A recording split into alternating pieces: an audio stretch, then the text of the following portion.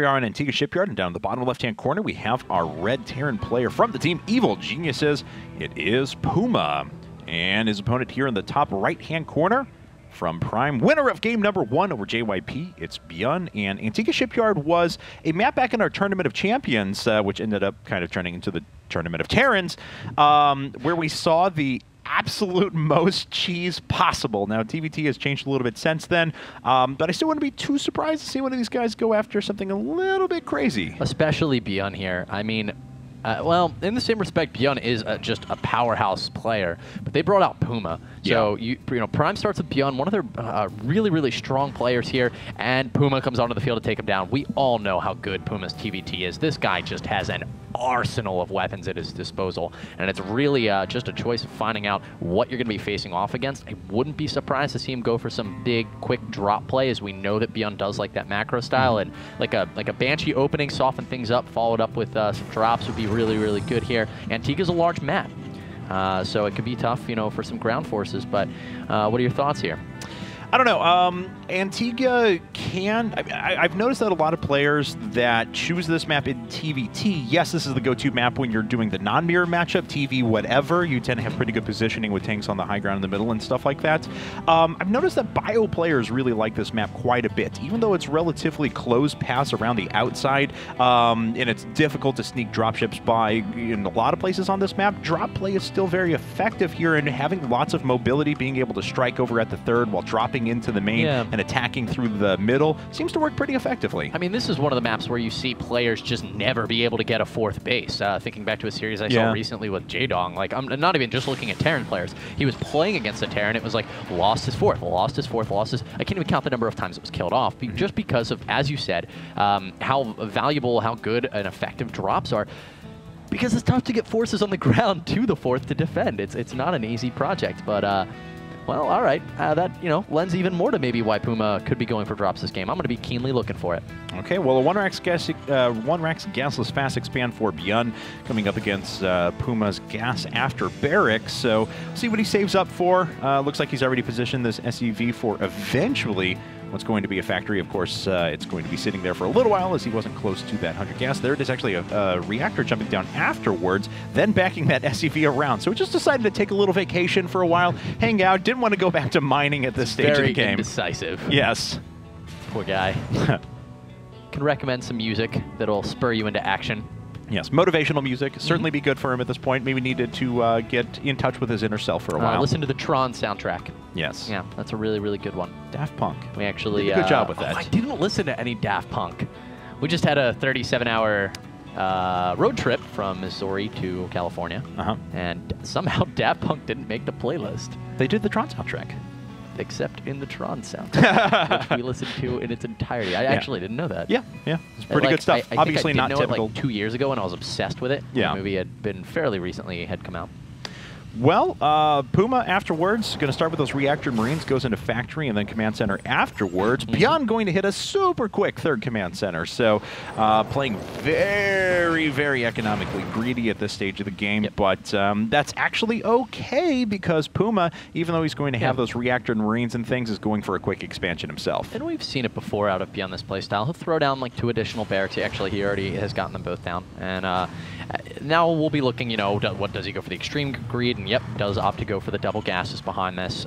So if Puma opts to go for lots of Marines, which it doesn't look like he's going to go for, this wouldn't be too bad for Byun because, you know, he'll have maybe a lesser Marine count, but he'd have a lot of gas and could go for upgrades, and that would be great. Marine on Marine upgrades matter, you know, more than maybe the amount of Marines they're going to have, which he would be behind on, but he'd have more gas.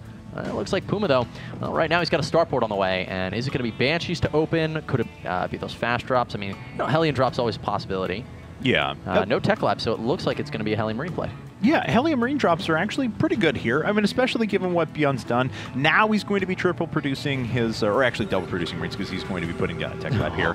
Oh, and that's a really nice scan, actually, from Puma. It sees everything. Beautiful. That 630 scan's so nice. And, I mean, it literally sees all the production. You can assume by this point that the command center coming up at this stage that, yes, this is a third command center, so he knows exactly what Byun's up to. And he's going to move out right now. I mean, this is very scary for Byun, guys. extremely scary. Especially, I love the scan timing because, you know, it's early enough that Beyond's going to be like, whoa, is he getting ready to drop right now? And is concerned at the moment. But could easily move these forces away right before a drop comes in. We'll have to wait and see. Puma is gearing up for that, though. Oh, my goodness. And, oh, he stopped good. I was like, I don't want to see that happen, because then the game just ends. Well, there's only 3 Marines inside of this bunker, and that is actually going to get destroyed very quickly by this amount of Marines that's heading out now for Puma. Of course, no upgrades for him quite yet. Combat shield's going to be done significantly faster for Beyond. Nice job to actually get down and see the units that were coming, but he doesn't actually react to this, pull anything off the line. Now, finally, SCVs are being pulled. Maybe he didn't get far enough out there to actually see anything. Can't save the bunker, and that's actually going to result in a few dead SCVs.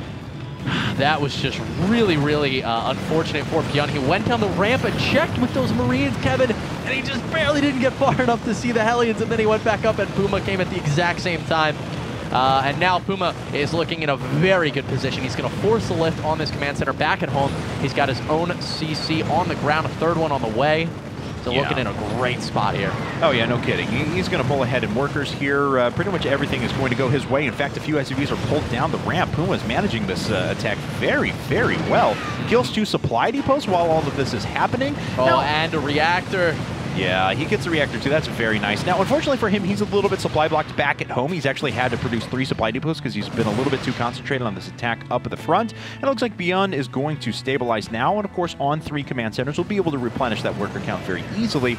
But this is a pretty good contain that's happened for a while now. Puma's done his damage. He gets out of there. Yep, and I like the decision by Puma behind this. Oh, I almost pulled an Apollo there, Puma. Yeah. He starts the siege tech, Kev. Yeah. And, you know, you get, from this point, I was like, I wonder, oh, hold that thought. We got a little engagement, and combat shield Marines versus ones without. That's pretty nice for Beyond.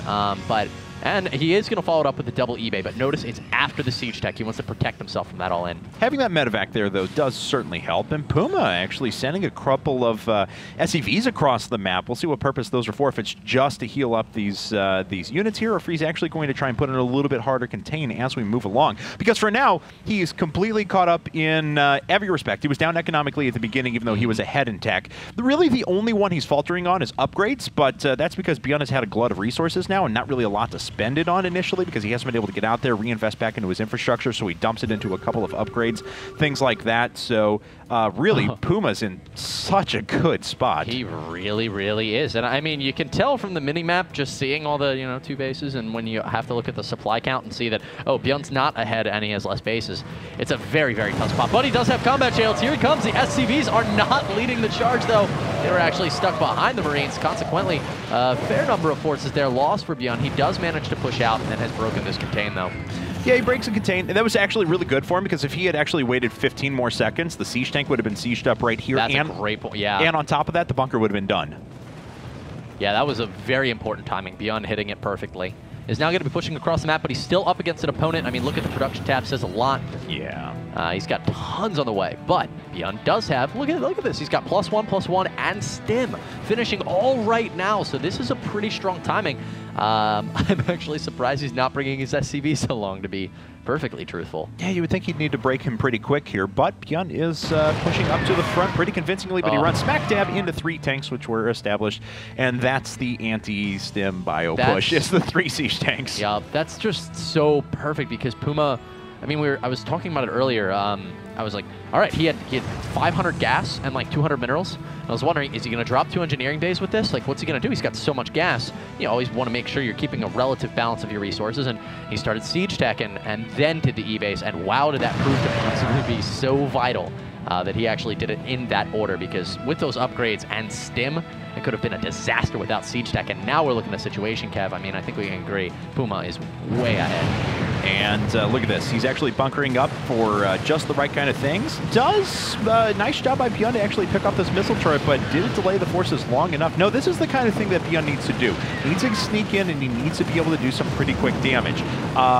Killing the engineering base certainly going to help. It's going to force another one to be constructed here in just a second. Actually manages to snag both of those. Don't think he can engage this too quickly, though, because the siege tank is actually up now, and Beyond's going to lose a lot of units on the way out. So what started as really nice for him, picking up 2 engineering base, supply depot, a couple of missile turrets, things like that, ended up being a little bit of an overcommit. Yeah, he lost so much there. And the thing is that upgrades weren't actually even on the way for Puma. And now he does have 1-1, correct? Yes, I believe so. Yeah, he has that in Stim. Those all just finished up. Yes. So, that's actually that's crazy. I wonder, you know, because Puma, or excuse me, Beyond took that fight. Did 1-1 finish right as that started? Because if he had clicked on a Marine like beforehand, he may have thought that his upgrades were ahead. Because I agree, I was really surprised that Beyond stayed. I was just about to say, though, that Puma actually had forgotten his armory. He just now started it right now, but his second set of engineering bases is already finished, and he can't do anything with them for about, what, 60 seconds? 65 seconds. So that's going to be a while before he's able to get anything realized with that. Now, of course, even though Puma has a big advantage, I think we're all agreed Puma has a pretty big advantage in this game. The only place he's lacking right now is in upgrades. This is still stabilized TVT, though, and if he throws away his units into a bunch of tanks, it can still turn around. So, yeah, how many times has that happened? Yeah, quite a few. So Beyond has his chances, but he's got to take some calculated risks now, whether it's trying to catch units out, whether it's trying to sneak a fourth base, something has to give. And Puma actually going to take the aggressive route here, drop in and deny the economy on this third base. All right, and he's doing that successfully. Beyond being a little bit late there with those missile turrets. Puma is going to get some damage in and get out. Yeah, and allows him to position his units in the middle of the map, too. So, because Beyond was pushed up with a small group of Marines there to kind of check things out, but now doesn't have the luxury to be able to continue with that. Smartly, though, he's immediately going over to 3-3 because he knows that's his advantage that he has right now. Yep. He can't fall behind on that, too. Yeah, as Caldor says it, you know, you have to find your edge and you have to maximize it.